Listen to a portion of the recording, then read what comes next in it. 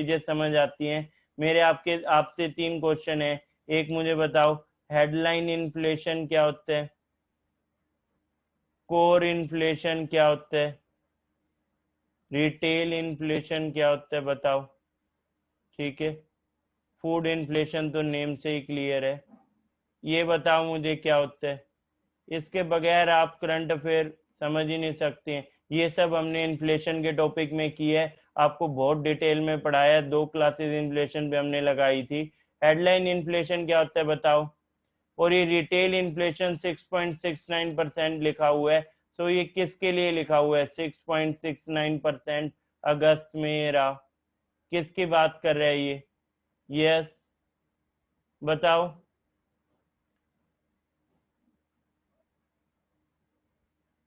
ठीक है, यस, कुछ स्टूडेंट इस पे बता पा रहे हैं। वेरी गुड आरजू, समीर, वेरी गुड। ठीक है, ये देखो हेडलाइन इन्फ्लेशन। हेडलाइन इन्फ्लेशन की हम बात कर रहे हैं, इसका मीनिंग क्या है? ये किसके लिए गिवन है? रिटेल। ये मैं आपको क्लियर कर दूं, रिटेल इन्फ्लेशन तो सीपीआई के लिए, कंज्यूमर प्राइस इंडेक्स। ठीक है, इसको रिटेल इन्फ्लेशन कहा जाता है, सीपीआई, कंज्यूमर प्राइस इंडेक्स। ठीक है, इसे हम कह रहे हैं रिटेल इन्फ्लेशन। इसके लिए आज मैंने अपने टेलीग्राम ग्रुप पे शेयर भी किया आपके साथ सीपीआई डब्ल्यूपीआई के रिगार्डिंग। हेडलाइन इन्फ्लेशन किसे कहते हैं? जैसे हम कोई भी एग्जांपल लें, लाइक डब्ल्यूपीआई का। डब्ल्यूपीआई में हम ये समझें, होलसेल प्राइस इंडेक्स में हमें पता है 697 आइटम्स हैं। तो ये 697 आइटम्स, सारी आइटम्स के बिहाफ पे जो इन्फ्लेशन है, तो इसको कह देंगे हेडलाइन इन्फ्लेशन डब्ल्यूपीआई।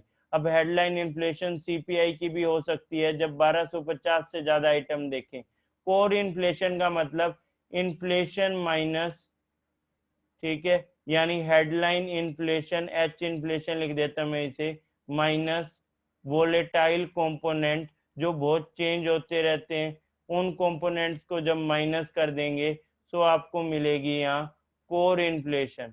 ठीक है, जैसे फ्यूल, फूड, इनके प्राइस भी बहुत ज़्यादा वेरी करते हैं। इंटरनेशनल मार्केट में कल अगर कच्चे तेल के दाम में बढ़ोतरी हो जाए तो हम देखेंगे सडन, आज आधी रात से ही वो लागू हो जाएगा। ठीक है, और फूड इन्फ्लेशन का एग्जांपल हमने अभी देखा था, अभी हम समझेंगे ओनियन के केस में भी। ठीक है, तो ये कितनी है अगस्त में सीपीआई? 6.69। लास्ट मंथ में कितना था सीपीआई? जब मैं जुलाई की बात करूं तो 6.73% था। 6.73% था जुलाई के लिए सीपीआई। ठीक है, सीपीआई जुलाई।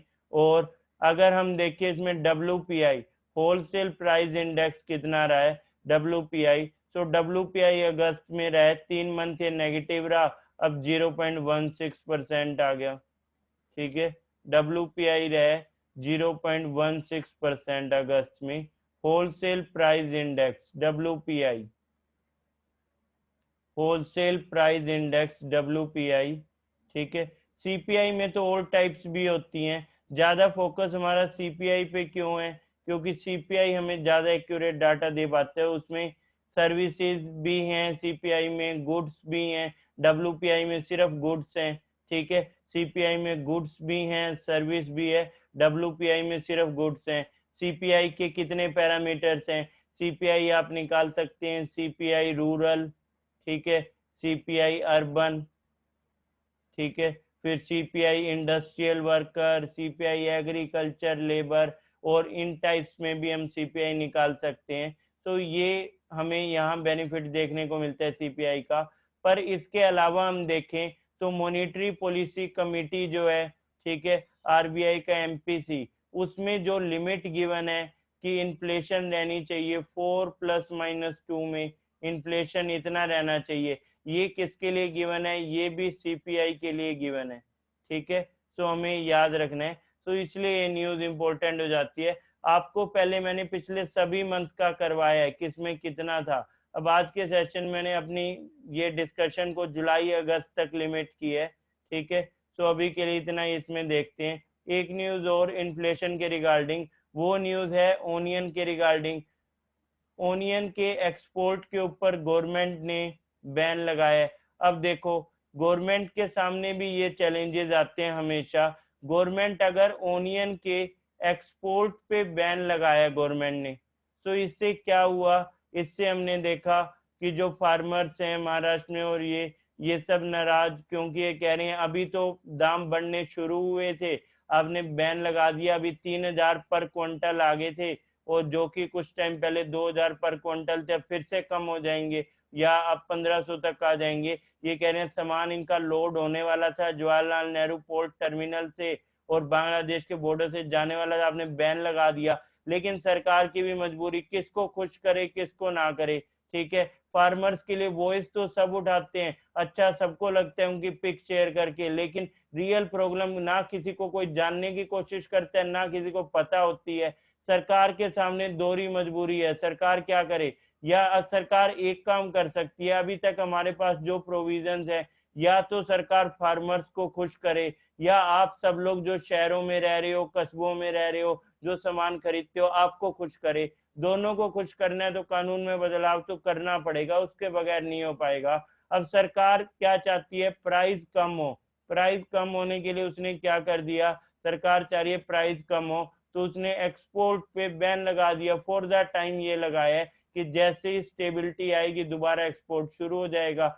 एक तो ये तरीका होता है एक्सपोर्ट पे बैन लगा दें। ये कब लगा सकते हैं, जब प्रोडक्शन हो ज्यादा, ठीक है। प्रोडक्शन हमने देख लिया ऑलरेडी ज्यादा है, लेकिन मार्केट में ब्लैक मार्केटिंग हो रही है या एक्सपोर्ट भी हम कर रहे हैं, तो इस वजह से सप्लाई मार्केट में कम आ रही है। तो सप्लाई अगर मार्केट में कम आएगी तो इसका रिजल्ट क्या होगा, इसका रिजल्ट होगा प्राइस बढ़ जाएगा, क्योंकि हम देख रहे हैं सप्लाई मार्केट में कम है, ठीक है, जबकि डिमांड तो उतनी ही है। सो प्राइस क्या होगा, ये हमने इन्फ्लेशन के टॉपिक में पढ़ा है, डिमांड ज्यादा है सप्लाई मार्केट तक कम है। सरकार सप्लाई को मेंटेन करने के लिए क्या करेगी, आप सरकार की जगह हो आप क्या करेंगे, आप कोशिश करेंगे या तो ये ब्लैक मार्केटिंग यहीं से कुछ ये निकलवाया जाए, सप्लाई को बढ़ाओ। सप्लाई कैसे बढ़ेगी, तो एक तरीका क्या, एक्सपोर्ट पे बैन लगा दो फॉर द टाइम, ठीक है। तो ये बैन लगा दिया, प्राइस ज्यादा ना पड़े, ताकि शहर के लोगों को सस्ता खाने को मिले। अब शहर में जनसंख्या जो है उनकी हम आउटरीच देखते हैं ज्यादा, तो किसान के लिए यहाँ फिर दिक्कत, किसान परेशान, क्योंकि जब एक को फायदा होता है इसमें दूसरे का नुकसान हमेशा है। या तो नीतियां ऐसी बने, कानून नए बने, इस ढंग से बने, जो कि सरकार कोशिश कर रही है, लेकिन आम लोग जो पढ़ सकते हैं, जो उनको फार्म को वो देख सकते हैं क्या कानून है क्या ऑर्डिनेंसेज हैं, वो ना तो उसकी पीडीएफ डाउनलोड करते हैं ना ये देखते हैं मैटर क्या है। वो सब पीडीएफ ये सब अवेलेबल है, even I can share with you all. मैंने इनको डाउनलोड करके खुद ने स्टडी किया। और फिर हमें समझना चाहिए, ना तो सरकार एमएसपी बंद करेगी ना मंडियां बंद करेगी, वो सब अफवाहें यूज करके और अपने अकॉर्डिंग मैनिपुलेट।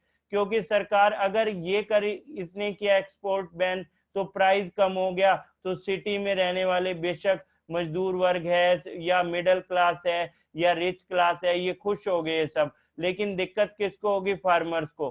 फार्मर्स के लिए यहाँ पे क्या दिक्कत होगी, फार्मर्स यहाँ अनहैप्पी हो गए, ठीक है, उनके लिए यहाँ पे और इशू बन गया। और जो सिटी में रहने वाले लेबर्स हैं या मिडिल क्लास है या रिच क्लास है वो खुश होगी, क्योंकि उनके लिए ये स्टेप हो गया अच्छा। तो सरकार के सामने हमेशा है दिक्कत, सरकार अगर इसको ना करती तो फिर फार्मर खुश थे तो सिटी में रहने वाले लेबर मिडिल क्लास और बाकी सब रिच क्लास ये सब दुखी कि इतनी महंगाई आ गई हमारा नुकसान। तो ये चीज हमेशा रहती है, ये चैलेंज तो है, ठीक है, इसे भी हम देखते हुए चल रहे हैं। ओनियन एक्सपोर्ट के लिए फॉर द टाइम बैन हुए। अगर मान लो सप्लाई होती ना, अब किसान की भी क्या गलती, आप खुद सोचो, मान लो सप्लाई ना होती, यानी अगर हम कोई ऐसे साल की करें, ऐसा ना हो वैसे, ठीक है, मान लो किसी साल अगर जब हम देखते हैं कि मॉनसून टाइम पे नहीं आया और प्रोडक्शन कम होगी, अगर प्रोडक्शन कम होती है तब भी किसान को लॉस होता है। लॉस कैसे हो रहा है प्रोडक्शन कम होने पे, अगर, ठीक है, एग्जांपल अगर हम समझें, प्रोडक्शन कम होती है तो सरकार इंपोर्ट कर लेती है, फिर सरकार क्या करेगी उस केस में हम देखते हैं, तो फार्म प्रोड्यूसर ऑर्गेनाइजेशन जो है उनका कहना भी ठीक है, तब तो सरकार इंपोर्ट कर लेती है। लेकिन अब ज्यादा होगी तो अब एक्सपोर्ट पे बैन लगा रही है। यानी ये जो बेनिफिट सोचे, ये जो कह रहे हैं हमारी बेनिफिट क्या, कम से कम लागत मूल्य तो आए, दिन रात इसमें मेहनत कर रहे हैं, तो वो बेनिफिट तो मिल नहीं पाता। तो दोनों ही सिचुएशन दोनों तरीके से कानून वर्तमान में ऐसे हैं जो किसान का लॉस ही करवा रहे हैं, क्योंकि आप देखो पॉपुलेशन बढ़ रही है, सारे लोग माइग्रेट कर रहे हैं सिटीज की तरफ, कोई भी सरकार कैसे इग्नोर कर देगी इन्हें, क्योंकि खुद ये लोग विलेज से सब लोग शहरों की तरफ जा रहे हैं। तो जब शहर में पॉपुलेशन है तो गवर्नमेंट के ऊपर प्रेशर पड़ेगा कि इनके लिए चीजें सस्ती हो। अब इनके लिए चीजें सस्ती करने के चक्कर में इनका नुकसान हो जाता है। तो ये सारी कहानी इसी वजह से चलती है। तो हमने इसका एक एग्जांपल ओनियन के एक्सपोर्ट के बैन से देखा है। ठीक है, हमने दोनों केस देख लिए, प्रोडक्शन ज्यादा में भी नुकसान हो रहा है और कम में भी कैसे हो रहा है। ठीक है, नेक्स्ट आगे देखते हैं। अभी बहुत बड़ा टॉपिक है और बहुत डिटेल में कर सकते हैं, लेकिन फॉर द टाइम हम खुद को रिस्ट्रिक्ट करते हैं और बाकी न्यूज देखते हैं। ठीक है, नेक्स्ट और क्या न्यूज थी, सीपीआई डब्ल्यूपीआई के बारे में हमने देखा। ठीक है, और एक न्यूज हम ये देख रहे हैं एक्स्ट्रा स्पेंडिंग के रिगार्डिंग। अब ये क्या न्यूज थी? ठीक है, इसमें हम दो न्यूज देखेंगे। एक तो अनाउंसमेंट की है 40,000 करोड़ मनरेगा के लिए सरकार रिलीज करेगी, जो कि सेल्फ रिलायंट इंडिया पैकेज, आत्मनिर्भर भारत पैकेज में भी अनाउंस किया था। ठीक है, वहां भी ये चीज थी। तो ये 40,000 एडिशनल क्यों, अदर देन बजटरी प्रोविजन? इसके दो बेनिफिट, सरकार ने दो चीजें करी हैं। हमने वर्कर्स को क्या प्रोवाइड करने की कोशिश की है, अभी कल का डाटा था, आप सबने पढ़ा भी होगा न्यूज़पेपर में, जो माइग्रेंट वर्कर्स है, तो गवर्नमेंट से पूछा कितने वर्कर्स माइग्रेट हुए, 1 करोड़ से ज्यादा वर्कर्स माइग्रेट हुए हैं इस पेंडेमिक के टाइम में। वो वापस अपने गांवों की तरफ, अपने डिस्ट्रिक्ट की तरफ गए हैं। अब ये जो वर्कर्स माइग्रेट हुए हैं, इनके लिए 3 चैलेंज थे गवर्नमेंट के पास। एक चैलेंज था फूड, एक शेल्टर और एक वर्क। ठीक है, अब फूड के लिए सरकार ने ऑलरेडी नवंबर तक ये अलाउ कर दिया है, प्रधानमंत्री गरीब कल्याण अन्न योजना। ठीक है, प्रधानमंत्री गरीब कल्याण अन्न योजना, ये हम देख रहे हैं, ये ऑलरेडी नवंबर तक, दिवाली तक ये इसके लिए 80 करोड़ लोग इसके दायरे में आ रहे हैं, ये अलाउ कर दिए। और इसके अलावा हम देखें नेक्स्ट, फिर हम देख रहे हैं सेकंड पॉइंट शेल्टर।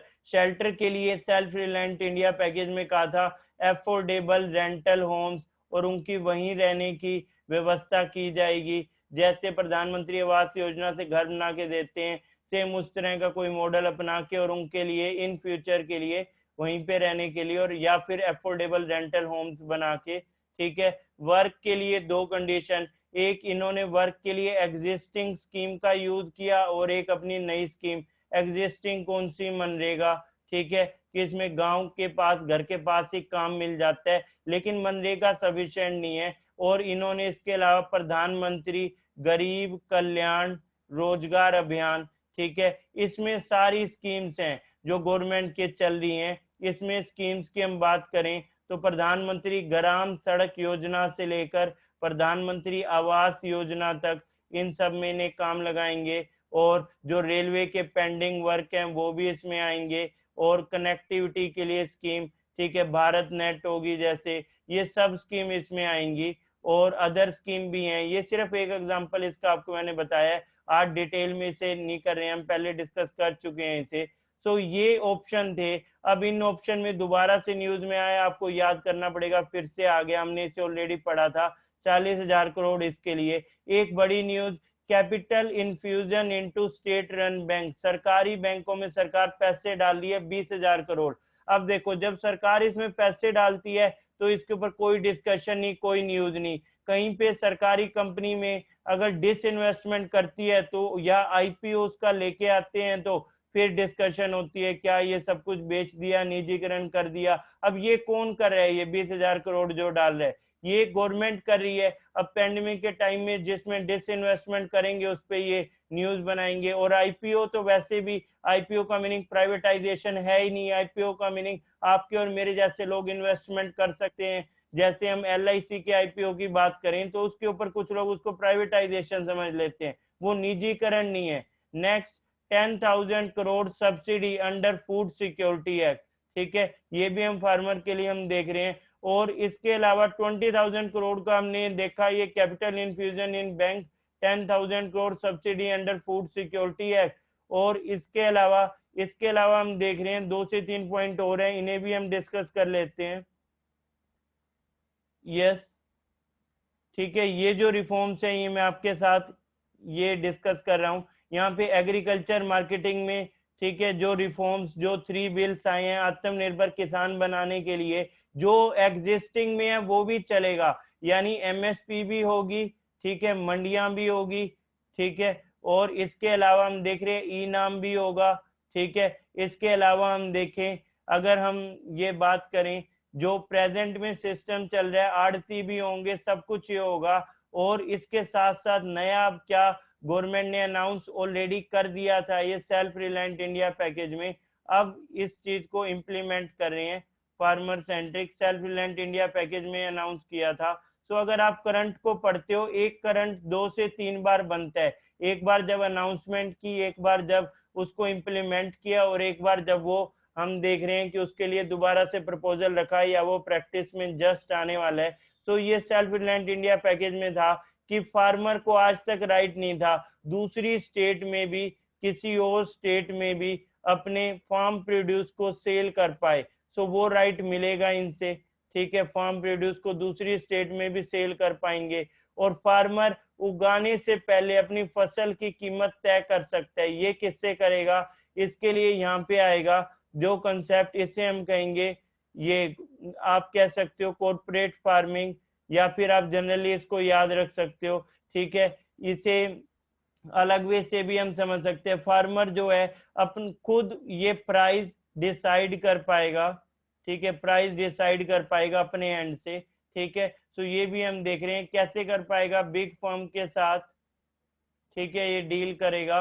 और लेकिन अब इंडिया में इशू क्या था? इशू ये था, इंडिया में 80 से 85% फार्मर है स्मॉल एंड मार्जिनल फार्मर्स, ठीक है। और जो स्मॉल एंड मार्जिनल फार्मर्स हैं, लेस देन 5 एकड़ इनके पास है जमीन, ठीक है।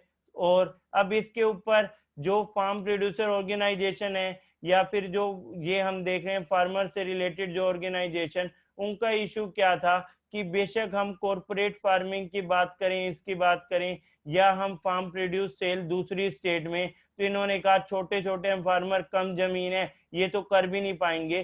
तो इसका मीनिंग ये नहीं है कि सबके लिए मैंडेटरी कर दिया, ऑप्शन दिया है, जो करना चाहे ऐसा कर सकता है, और जो सिस्टम एग्जिस्टिंग है वो भी रनिंग में रहेगा। अब सरकार को इससे बेनिफिट क्या है? देखो, ये तो कोशिश है, हर सरकार का स्ट्रेस इससे कम होगा, कुछ लोग इस वजह से खुद डील कर पाएंगे, और सरकार के पास यहाँ पे कम स्ट्रेस, ये तो इसमें पॉइंट है। लेकिन ऐसा नहीं है कि सडनली ये बंद हो जाएगा, ये तो कभी नहीं, पॉसिबल ही नहीं है सडनली ये बंद कर दे और ये ले आए, ये तो कोई भी समझ जाएगा। स्मॉल एंड मार्जिनल फार्मर्स है अपनी कंट्री में, 5 एकड़ से कम जमीन है इनके पास, तो ये सारे खुद से थोड़े कर सकते हैं, ये बड़ी कंपनियों से जाके डील, ये तो कुछ एक फार्मर इकट्ठे आए, फार्मर प्रोड्यूसर ऑर्गेनाइजेशन आए, मिलके ये सब हो सकता है। एक अकेला फार्मर दूसरी स्टेट में थोड़े अपनी क्रॉप सेल करने जाएगा।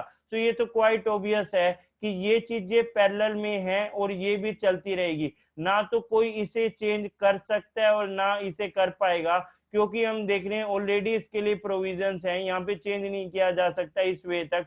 जो चेंजेस किए हैं इनको इंट्रोड्यूस करने के लिए वो एपीएमसी एक्ट में की है, ठीक है, agriculture produce marketing committees act. इसके अलावा ई नाम जो आया था ये तो 2015 में आया था, इससे किसी भी मंडी में सेल कर सकते हैं फार्मर, ठीक है, उनकी मर्जी, जहां ज्यादा प्राइस मिले, ठीक है, वहां उसी स्टेट की किसी और मंडी में सेल कर सकते थे, ये 2015 में। एपीएमसी एक्ट में अमेंडमेंट किया है, और इसेंशियल कमोडिटीज एक्ट में, इसेंशियल कमोडिटीज एक्ट का मुद्दा वही था कि कुछ लोग इसमें एक लिमिट से ज्यादा स्टोरेज नहीं कर पाते थे। क्यों नहीं कर पाते थे? और उसकी वजह से महंगाई पे भी इम्पैक्ट होता था, क्योंकि उन्हें लगता था कि यहाँ पे छापेमारी होगी, और वो लोग अननेसेसरी ब्लैक होल्डिंग इसका केस बना के, और जो अपने एक पर्पज के लिए, जनरल पर्पज से भी रखना चाहे तो वो भी नहीं रख पाएगा।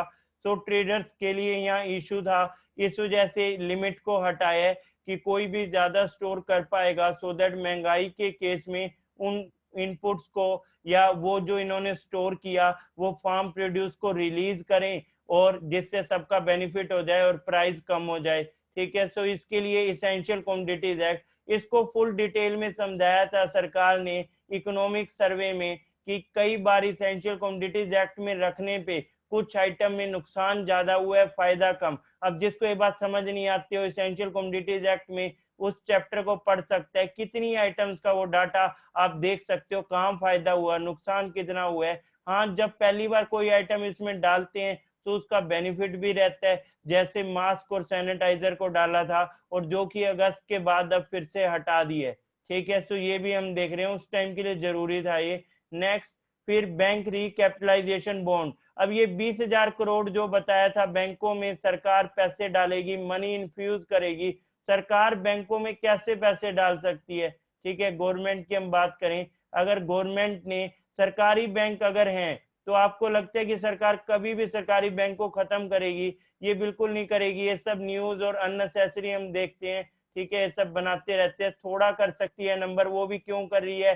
पीजे नायक कमेटी और ये सब रिकमेंडेशन आपने पढ़ी हैं। तो सरकार ने यहाँ क्या डिसाइड किया? गवर्नमेंट ने अगर मनी इन्फ्यूज करनी है बैंकों में, सरकार तो अपनी सारी योजनाएं सब कुछ तो बैंकों से करवाती है, तो पूरा खत्म क्यों करना चाहेगी? तो ये आप देखो, जनधन योजना से मुद्रा तक सारों के ऊपर तो बैंक पे निर्भर है गवर्नमेंट खुद। तो मनी इन्फ्यूज अगर बैंकों में करनी है, किस बैंक में? पब्लिक सेक्टर बैंक की मैं बात कर रहा हूँ, इसी में मनी इन्फ्यूज करेंगे। तो अगर इसमें मनी इन्फ्यूज करनी है, एक आईडीबीआई का आप एग्जांपल देते हो क्योंकि वो पहले भी प्राइवेट था और वो भी एलआईसी को हैंड ओवर किया, उसका अलग इशू, और सबसे ज्यादा उसके एनपीए थे इंडिया। ये भी आपको पता होना चाहिए, तो जैसे वो सब हुआ था। तो मनी को इन्फ्यूज करना है बैंक में, तो कैसे कर सकती है? बजटरी प्रोविजन, बजट में कह दे इस साल हम इतने पैसे डालेंगे। और कैसे कर सकती है? Recapitalisation bond. अब एग्जैक्टली इनमें है क्या, ये सब हम पढ़ेंगे मनी मार्केट, ये मनी मार्केट और कैपिटल मार्केट का जब हम टॉपिक पढ़ेंगे, कैपिटल मार्केट में हम पढ़ेंगे ये। तो रिकैपिटलाइजेशन बॉन्ड के थ्रू कर सकती है, मार्केट से फंड रेज करके, और फिर उस fund, yes, understood this one, ये हमने देख लिया है। ठीक है, तो ये सब चेंजेस हम देख रहे हैं अब। लेकिन सिर्फ दिक्कत यहाँ पे नहीं है, हम इस एंड से समझें, अगर हम फार्मर के एंड से देखें तो हमने एक पॉइंट ये भी समझा था कि जब हम इन्फ्लेशन का टॉपिक पढ़ रहे थे, उसमें हमने ये देखा था कि जो गेहूं के आटे की हम बात करें कि 17 रुपए 18 रुपए का जो तैयार हो रहा है पर केजी के अकॉर्डिंग, और जब हम देखें मार्केट में आने तक उसका प्राइस ऑलमोस्ट डबल हो जाता है। तो वो कैसे हो जाता है? तो बीच में कहीं ना कहीं ट्रेडर्स का, कंपनीज का, पैकेजिंग का इतना प्राइस चल रहा है, इतना प्राइस कैसे हो गया? तो ये सबसे बड़ा इशू है। तो फार्मर को ज्यादा मिल नहीं रहा है, लेकिन कंज्यूमर को फिर भी महंगा मिल रहा है। तो किसका बेनिफिट है? किसी का तो बेनिफिट हो रहा है। अगर कंज्यूमर का भी लॉस हो रहा है, फार्मर का भी हो रहा है, तो बीच में बेनिफिट किसका है? इंटरमीडिएरी का बीच में बेनिफिट है, ट्रेडर्स का बेनिफिट है। अब गवर्नमेंट उसमें जब चेंज करती है तो ट्रेडर्स उसमें नाराज कि हमारा बेनिफिट कम। तो ये साइकिल तो हमेशा ऐसे चलेगी, सारों का बेनिफिट कभी नहीं हो सकता है, किसी को तो कॉम्प्रोमाइज करना पड़ेगा किसी सिचुएशन पे। लेकिन हमेशा फार्मर ही कॉम्प्रोमाइज क्यों करे?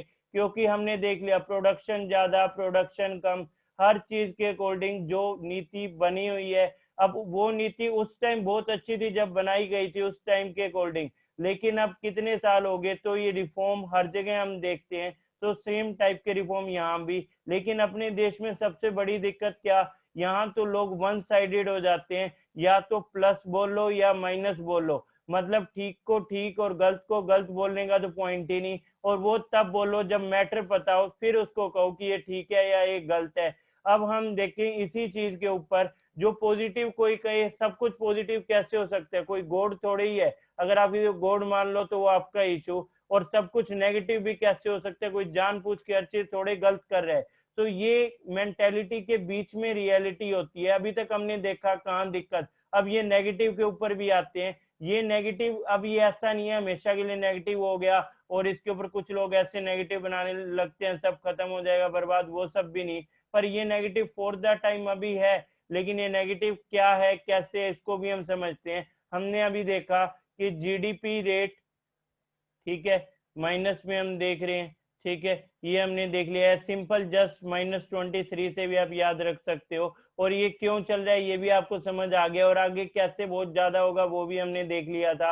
अब हम देखें इसमें, एक तो ये दिक्कत, और दूसरा हम इस चीज को समझे, इन्फ्लेशन, सीपीआई हमने देखा कितना, ठीक है, इन्फ्लेशन की हम बात कर रहे हैं। तो सीपीआई जो 6.73, या फिर मैं 2 मंथ का कहूँ एवरेज में जस्ट समझने के लिए 7% इसे लिख देता हूँ। इन्फ्लेशन 7 चल रहा है। अब ये जो न्यूज है इसका मीनिंग क्या है, ये क्या बता रही है, इसको हम समझ रहे हैं। थर्ड पॉइंट हम देखें, फूड इन्फ्लेशन कितना चल रहा है, 9.6%। ठीक है, अब फूड इन्फ्लेशन ज्यादा चल रहा है, फार्मर की जब हम बात सुनते हैं उन्हें बेनिफिट है नहीं, तो ये बीच में बेनिफिट कमा कौन रहा है, कौन लोग हैं ये जो बीच में बेनिफिट कमा रहे हैं, किसी को तो बेनिफिट है। देखो, अगर फार्मर को बेनिफिट नहीं है, एंड यूजर को भी नहीं है, तो ट्रेडर्स बीच में कमा रहे हैं। ये सबसे बड़ा इश्यू हम देख रहे हैं। तो फूड इन्फ्लेशन 9.6, ठीक है। और इसके अलावा हम देखें, जैसे इन्फ्लेशन हमने देख लिया, एफडी के ऊपर रेट जनरली अभी कितना चल रहा है, ठीक है, ये हम देख रहे हैं 5 to 7% के रेंज में चल रहा है। सेविंग अकाउंट पे, ठीक है, ये नियर बाय हम देख रहे हैं 3%, ठीक है, 3 पॉइंट समथिंग ये हम देख रहे हैं। अब ये हमें क्या बताता है, ये हमें ये बताता है कि जो रियल इंटरेस्ट रेट है ना, इस टाइम में वो बहुत खराब चल रहे हैं लोगों के लिए, वो नेगेटिव चल रहे हैं। देखो, रियल रिटर्न्स नेगेटिव, ठीक है, रियल रिटर्न्स नेगेटिव क्यों है, आप खुद सोचो।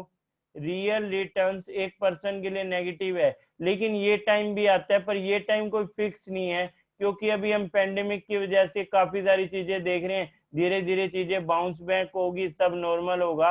अब ये नेगेटिव क्यों आया, अब इसका रीजन हम देखें, पर कुछ दिक्कत पहले भी थी, तभी ये 10 मंथ का इन्होंने डाटा लिया। अब हम इस चीज को देखें, इन्फ्लेशन तो 7 चल रही है, यानी 7%, ठीक है, हम इन्फ्लेशन 7 हमने देख ली, एफडी का रेट 5 से 7 है। आपने पैसे रखे किसी ने एफडी में, उसे मान लो 6% मिल रहा है, और 7% महंगाई है, उसे क्या बचेगा, सोचने की बात है। खुद आप सोचो, उसने जो इंटरेस्ट रेट उसे मिल रहा है वो कैसा इंटरेस्ट रेट है। अब इसीलिए क्या कहा गया, रियल रिटर्न्स नेगेटिव, कि जो एफडी में रखे पैसे उस पे तो इंटरेस्ट रेट ये मिल रहा है, महंगाई उससे ज्यादा है, ठीक है। ये तो बिल्कुल वही सिचुएशन होगी जैसे 2012-13 में थी, कि डबल डिजिट में इन्फ्लेशन चलती थी, 11%, एफडीआई मिलती थी 8-9%, तब भी रियल रिटर्न नेगेटिव। अगर इन्फ्लेशन 11 है, एफडी भले 9% मिले, आपको बचेगा क्या, खुद सोचो। जो आप बचा रहे हो उससे ज्यादा तो लग रहा है, तो ये दिक्कत है। अब और इसके अलावा हम देख रहे हैं 2000 रुपये के नोट के ऊपर लेकर अलग अलग न्यूज है कि ये नए नोट प्रिंट नहीं कर रहे हैं, ठीक है। इसके पीछे कोई स्ट्रेटेजी ये चल रही होगी, जो कि डिमोनेटाइजेशन का लॉन्ग टर्म इनका सोचना भी होगा, क्योंकि वो एक्सरसाइज उतनी सक्सेसफुल नहीं मानी गई, ठीक है। तो अब ये कुछ और हम यहाँ पे देख रहे हैं आउटपुट, तो ये 2000 रुपये के नोट को लेकर चल रहा है। फार्म्स डिस्ट्रेस हम देख रहे हैं, ठीक है, कि यहाँ पे जो इसको लेकर मिस इन्फॉर्मेशन और जो कंसर्न्स हैं उसके रिगार्डिंग हम देख रहे हैं। सो ये सब नेगेटिव सिचुएशन, जिससे और आगे अब पॉजिटिव की इसमें क्या उम्मीद करें, या फिर क्या कुछ और हम देखें कि इकोनॉमी में और कैसे चल रहा है। तो इसका सिंपल सा एक एग्जांपल, कुछ न्यूज हैं जो आपको ये बता रही हैं सम सॉर्ट ऑफ पॉजिटिव, ठीक है, वहां पॉजिटिव आप समझ सकते हैं। तो ये क्या, जो बैंक के डिपॉजिट, ठीक है, उनके बढ़ने की हम बात करें कि बैंक में डिपॉजिट कितने बढ़े हैं, किस वे से बढ़े हैं, इस चीज को जब हम देखें। और इसके अलावा हम इसमें एक पॉइंट और भी समझ सकते हैं, जैसे हम बैंक के डिपॉजिट की हम बात कर रहे हैं और बैंक के क्रेडिट की हम बात कर रहे हैं, ठीक है, कि बैंक के क्रेडिट देखो 5.49% से बढ़े और डिपॉजिट इतने परसेंट से। अब ये भी तो प्रीवियस ईयर से है, यानी इनके बढ़ने का रेट कम हो सकता है, क्योंकि हम देख रहे हैं कि ये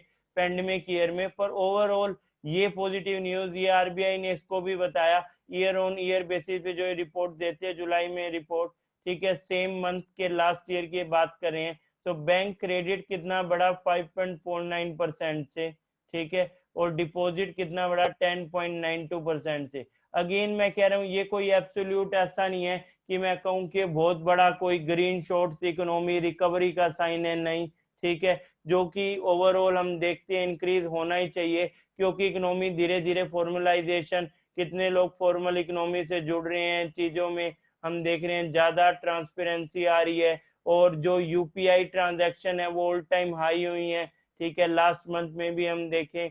तो इन चीजों की वजह से भी ये इम्पैक्ट हो सकता है जो हम यहाँ देख रहे हैं, पर ये भी आपको याद रखना है। सो ओवरऑल ये सब न्यूज आपने देखी है, अब इनमें से किसी में भी कोई डाउट है तो आप पूछ सकते हो। यस। कोई भी डाउट इसमें है तो यू कैन आस्क। ठीक है, क्लियर है ये? यस। ठीक है, कोई भी डाउट इसके रिगार्डिंग है तो आप पूछ सकते। Okay, this much only we have to discuss for today. Thank you class.